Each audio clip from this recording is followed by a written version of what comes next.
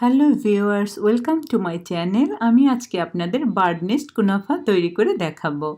চলুন তাহলে দেখি এর জন্য কি কি লাগছে। আমি এখানে নিয়েছি 150 গ্রাম সেমাই, দেশি সেমাই, 1 cup condensed milk, 2 tablespoon ঘি,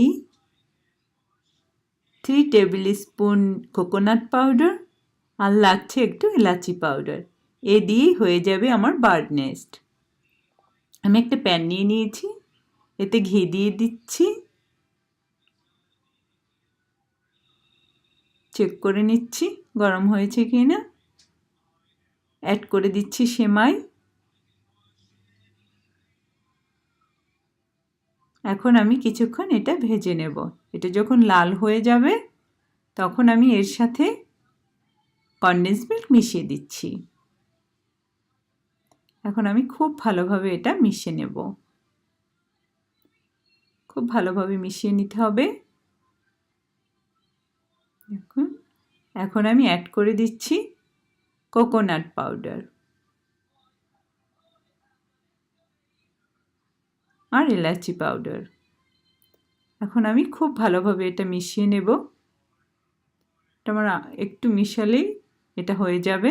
তারপর আমি এটা তুলে নিয়ে বার্ড নেস্টটা তৈরি করে নেব। দেখুন আমি তুলে নিয়েছি। এখন আমি বার্ড নেস্ট তৈরি করে দেখাবো।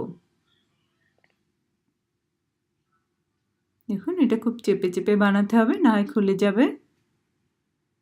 দেখুন আমি যেভাবে বানাচ্ছি ঠিক এভাবে বানাতে হবে। আমি সবগুলো এভাবে বানিয়ে নিচ্ছি। দেখুন আমার বানানো হয়ে গেছে। দেখুন এখন আমার এগগুলো বানাতে হবে।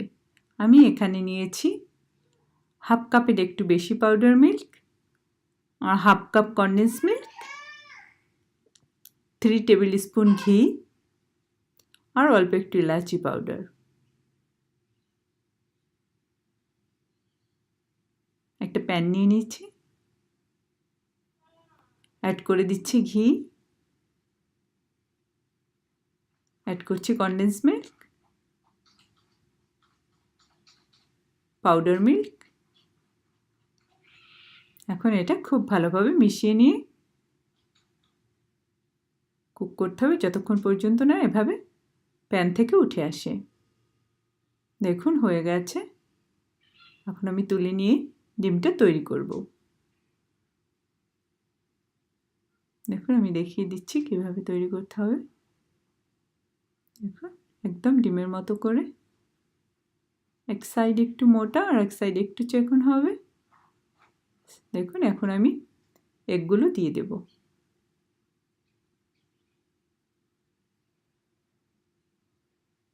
এই নেস্টগুলো একটু যেতে চাইবে, বাট আপনি যদি ফ্রিজে রাখেন এটা ঠিক হয়ে যাবে, তারপর আর ভাঙবে না।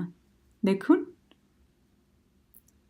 যদি আমার রেসিপিটা আপনাদের ভালো লেগে থাকে অবশ্যই আমার চ্যানেলটি সাবস্ক্রাইব করবেন। Thank you.